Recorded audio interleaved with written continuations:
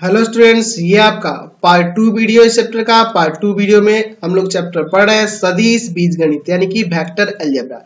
इस वीडियो में हम लोग कुछ सदिशों के प्रकार के बारे में देखने वाले हैं। तो चलिए देखते हैं। पहला देखते हैं समान सदिश यानी कि इक्वल वेक्टर्स क्या होते हैं। तो मैं यहाँ पर दो सदिश ले लेता हूँ, ठीक है, दो सदिश ले लेता हूँ, दो सदिश ले लेता हूँ। इनका नाम मैं पहले लिख लेता हूँ, फिर हम लोग बात करेंगे कि समान सदिश होता क्या है।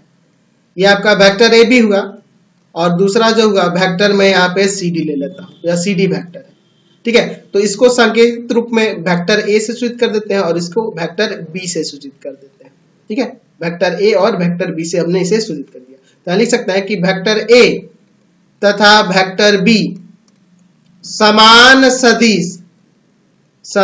सदिश कहलाएंगे या कहलाते हैं यदि पहला कंडीशन क्या है कि दोनों का परिमाण बराबर हो, दोनों का मैग्नीट्यूड बराबर हो, ठीक है। और दूसरा दोनों की दिशा बराबर हो, दोनों की दिशा समान हो। वेक्टर ए तथा वेक्टर बी की दिशा समान हो, ठीक है। तो यहां हम लिख सकते हैं कि वेक्टर ए बराबर हो जाएगा वेक्टर बी के, ठीक है। वेक्टर ए क्या हो जाएगा, वेक्टर बी के बराबर हो जाएगा। तो वेक्टर ए वेक्टर बी बराबर होने के लिए उनके मैग्नीट्यूड बराबर होने चाहिए और दिशा समान होनी चाहिए, तब वो आपस में बराबर होंगे। तो यहां लिख सकते हैं कि दो सदिश समान कहलाते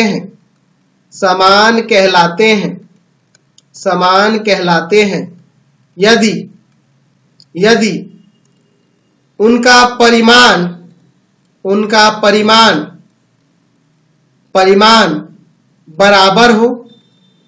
बराबर हो तथा दिशा समान हो, तो वो क्या कहलाते हैं, समान सदिश कहलाएंगे। समझ गए। चलिए अगले सदिश की ओर चलते हैं। चलिए अब बात करते हैं ऋणात्मक सदिश यानी निगेटिव ऑफ ए वेक्टर क्या होता है। तो कह सकते हैं कि एक सदिश जिसका परिमाण दिए गए सदिश के बराबर हो तथा दिशा दिए गए सदिश के विपरीत हो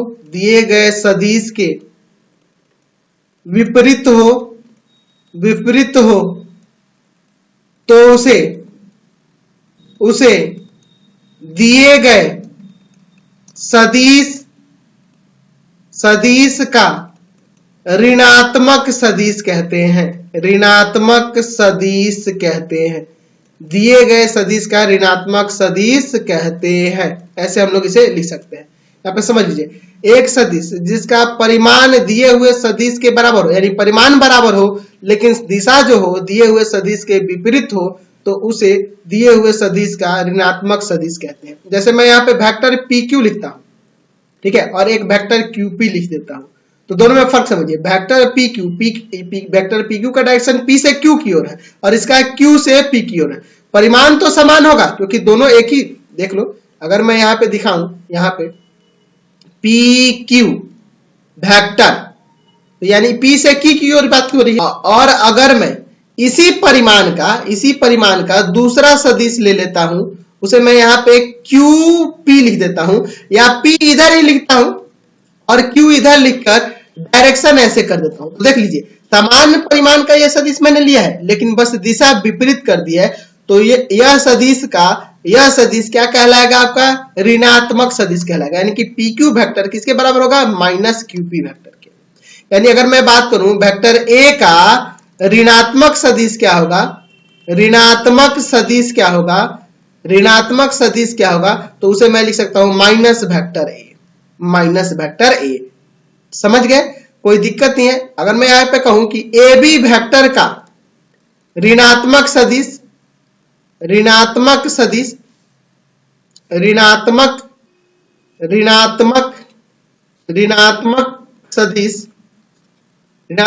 की बात करें तो ऋणात्मक सदिश किसके बराबर होगा, BA वेक्टर के बराबर होगा। वह ऋणात्मक सदिश क्या होगा? BA वेक्टर होगा।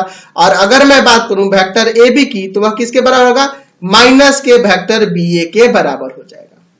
माइनस के वेक्टर BA के बराबर हो जाएगा। समझ गए? यानी कि अगर मैं प्रारंभिक बिंदु और अंतिम बिंदु में फेरबदल कर देता हूं तो वहां निगेटिव लग जाता है। ये एक प्रकार का हमें रूल प्राप्त हो गया। कहीं कहीं हमें यूज करना पड़ेगा कि AB वेक्टर बराबर में माइनस BA वेक्टर।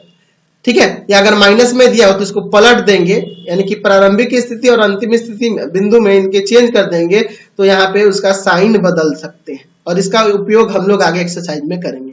तो ध्यान रखेंगे आप लोग, ऋणात्मक सदिश क्या होता है कि अगर दो सदिशों के परिमाण समान हो, बस दिशाएं विपरीत हो, तो वो एक दूसरे के ऋणात्मक सदिश कहला सकते हैं। चलिए अब हम लोग बात करते हैं स्थानीय सदिश यानी कि लोकलाइज्ड वेक्टर के बारे में। लोकलाइज्ड वेक्टर क्या होता है? तो यहाँ कह सकते हैं कि एक सदिश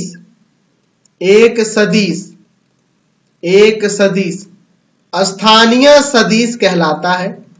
स्थानीय सदिश कहलाता है, या एक सदिश को स्थानीय सदिश कहते हैं, या एक सदिश स्थानीय सदिश कहलाता है, ऐसे भी लिख सकते हैं, कहलाता है यदि वह आकाश के एक नियत बिंदु से गुजरे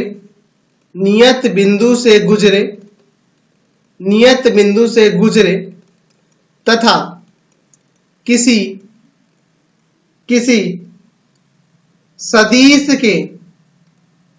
किसी दिए हुए सदिश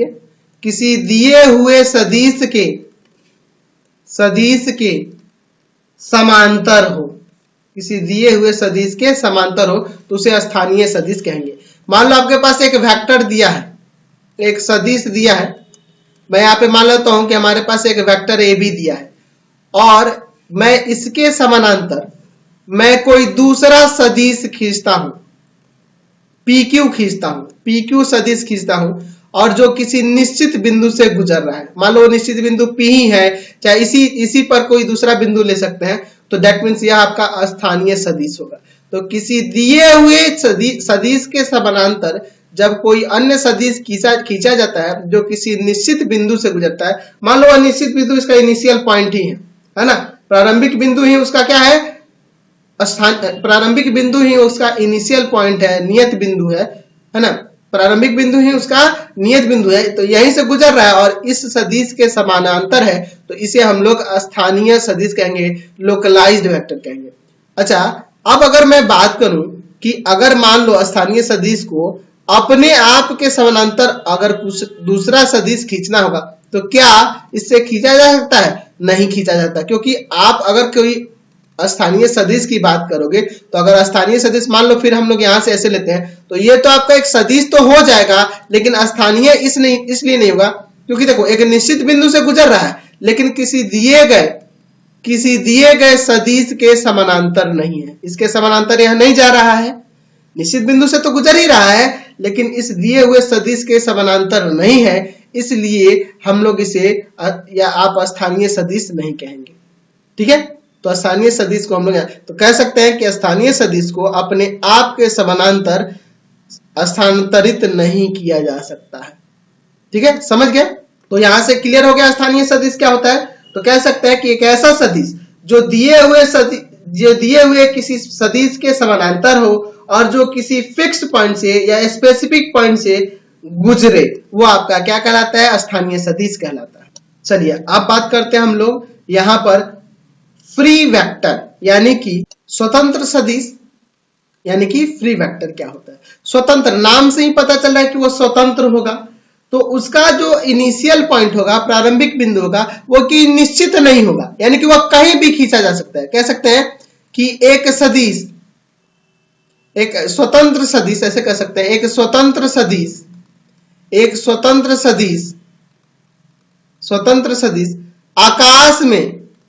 आकाश में कहीं भी लिया जा सकता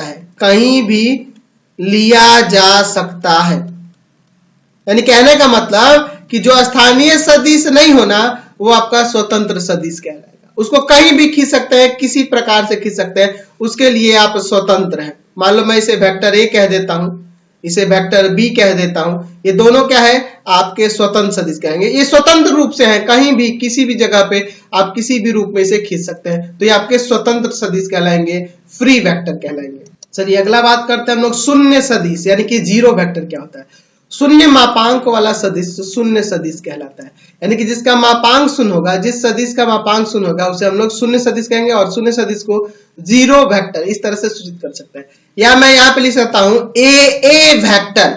ये देखो मैं ए वेक्टर का तात्पर्य है कि प्रारंभिक बिंदु भी किसी का ए ही है और अंतिम बिंदु भी ए ही है, ए से ही शुरू होकर ए पर ही खत्म हो जा रहा है। दैट मीन्स उसका मापांक कुछ नहीं होगा, शून्य होगा, मापांक जीरो हो जाएगा। इसका मापांक क्या होगा, जीरो होगा।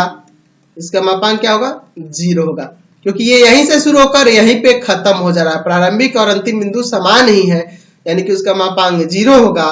दैट मीन्स यह आपका शून्य वेक्टर को संकेत करने के लिए ऐसे करेंगे, जीरो वेक्टर लिख दीजिए या ए वेक्टर लिख दो, बी वेक्टर लिख दो, यानी कि प्रारंभिक और अंतिम बिंदु हम लोग दोनों समान दर्शा दे रहे हैं, तो आपका शून्य वेक्टर हो जाएगा। और शून्य वेक्टर के लिए अगर मैं डायरेक्शन की बात करूं तो उसका डायरेक्शन अनिर्धारित होता है, क्योंकि वह कहीं गया ही नहीं, वहां से कोई कण गतिशील ही नहीं हुआ, स्थान ही नहीं बदला, तो उसकी दिशा कैसे पता चलेगी। तो शून्य सदिश का दिशा जो होता है अनिर्धारित होता है, उसकी कोई दिशा हमें निर्धारित नहीं रहती है। चलिए बात करते हैं इकाई सदिश यानी कि यूनिट वेक्टर के बारे में।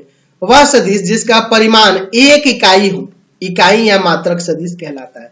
अगर मान लो वेक्टर ए है तो वेक्टर ए का इकाई सदिश जो होगा, इकाई सदिश, उसको हम लोग किस प्रकार से सूचित करेंगे, ए के ऊपर कैप दे देंगे, ए कैप। ए कैप का तात्पर्य है कि इस वेक्टर का मैग्नीट्यूड क्या है, 1 के बराबर है। या हम लोग ऐसे भी लिख सकते हैं ए कैप वेक्टर का मैग्नीट्यूड 1 है। ये भी आपका वेक्टर को ही सूचित कर रहा है, बस इकाई वेक्टर को। ए कैप देने का मतलब है कि यह भी आपका एक प्रकार का वेक्टर है जिसका परिमाण जो है 1 है, जिसका परिमाण क्या है, 1 है, 1 इकाई है। तो जिस सदिश का परिमाण 1 इकाई होता है उसे यूनिट वेक्टर कहते हैं, मात्रक सदिश या इकाई सदिश कहते हैं। और उसे उसके ऊपर कैप, तीर का चिन्ह हटाकर उसके ऊपर कैप द्वारा सूचित कर दिया जाता है। उसे कैप लगने का तात्पर्य ही है कि वह यूनिट वेक्टर की बात कर रहा है। चलिए बात करते हैं सह आदिम सदिश या को इनिशियल वेक्टर क्या होता है।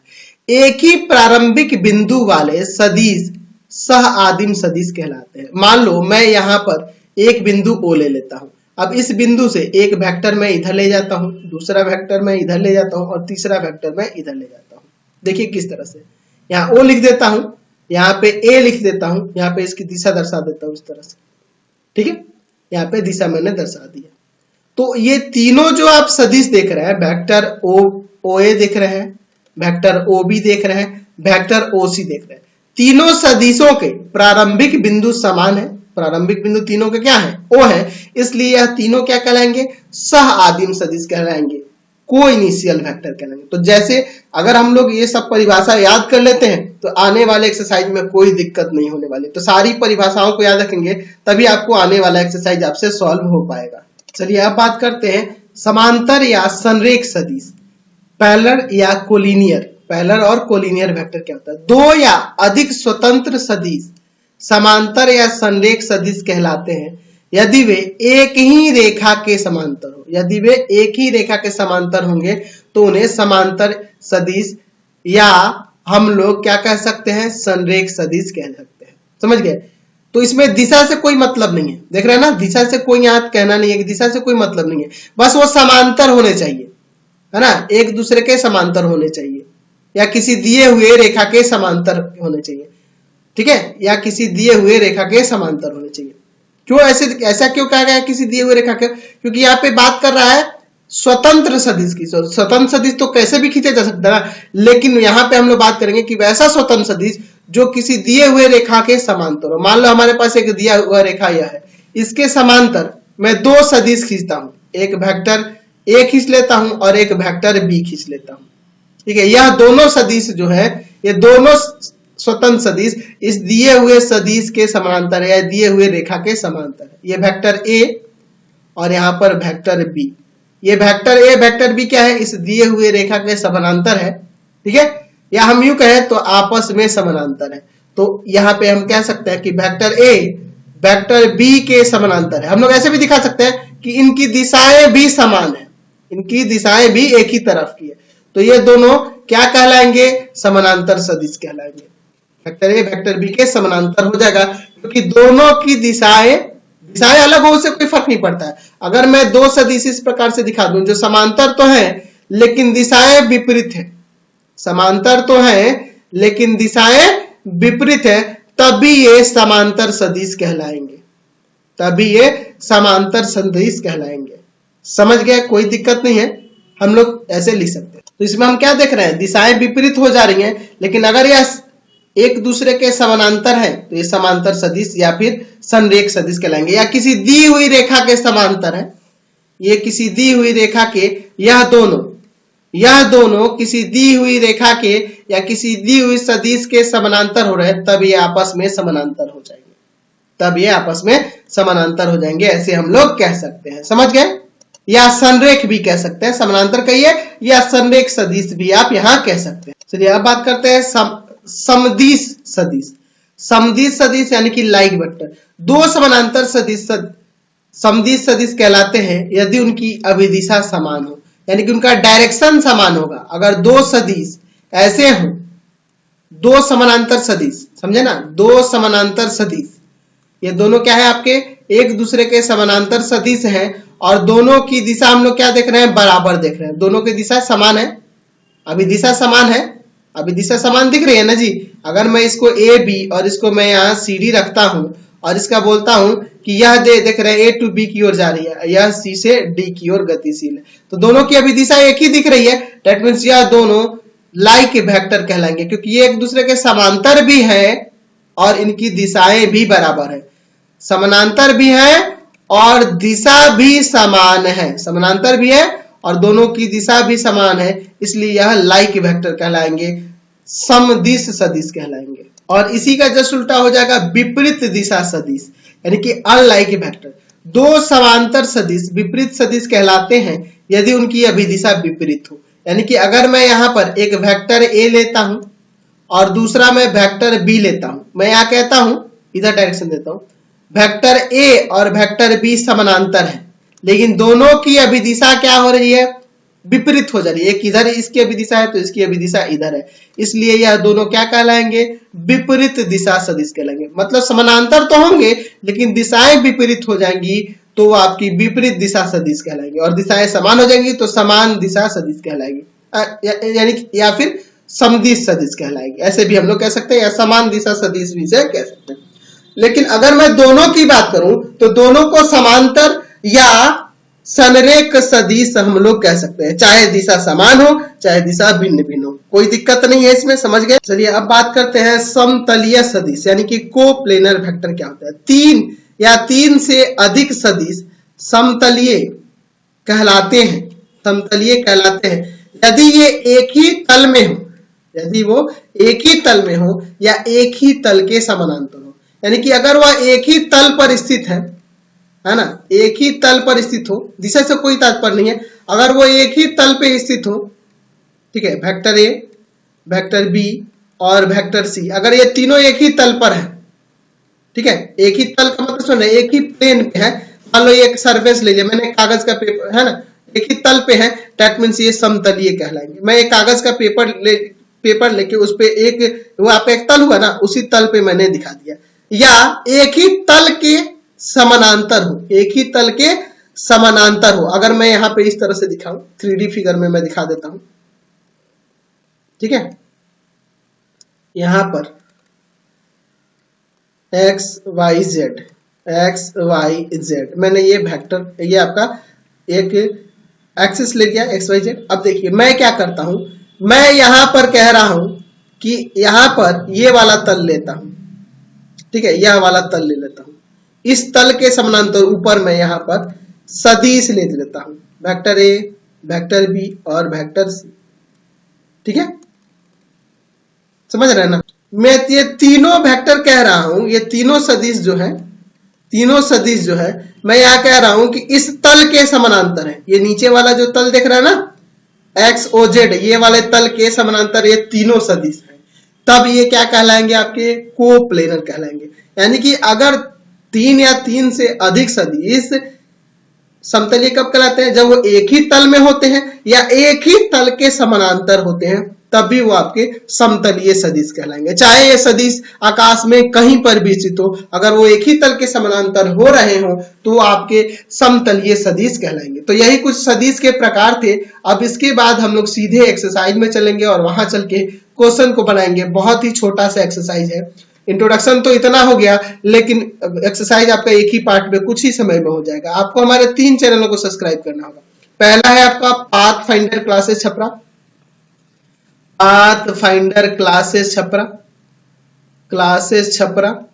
दूसरा है भारती भवन रविकांत सर, भारती भवन रविकांत सर। और तीसरा चैनल है आपका रविकांत सर के नाम से, रविकांत सर के नाम से। तीनों चैनल को सब्सक्राइब करेंगे। इससे रिलेटेड वीडियो के लिए सीधे डिस्क्रिप्शन में जाएंगे और इससे संबंधित नोट्स के लिए आप सीधे गूगल पे सर्च करेंगे www.ravikantsir.in, ravikantsir.in गूगल पे जाके सर्च करेंगे और वहां पर जाकर आप सभी क्लासेस के नोट्स को डाउनलोड कर सकते हैं और उसे पढ़ भी सकते हैं। तो जल्दी से जाइए गूगल पे जाके सर्च करिए।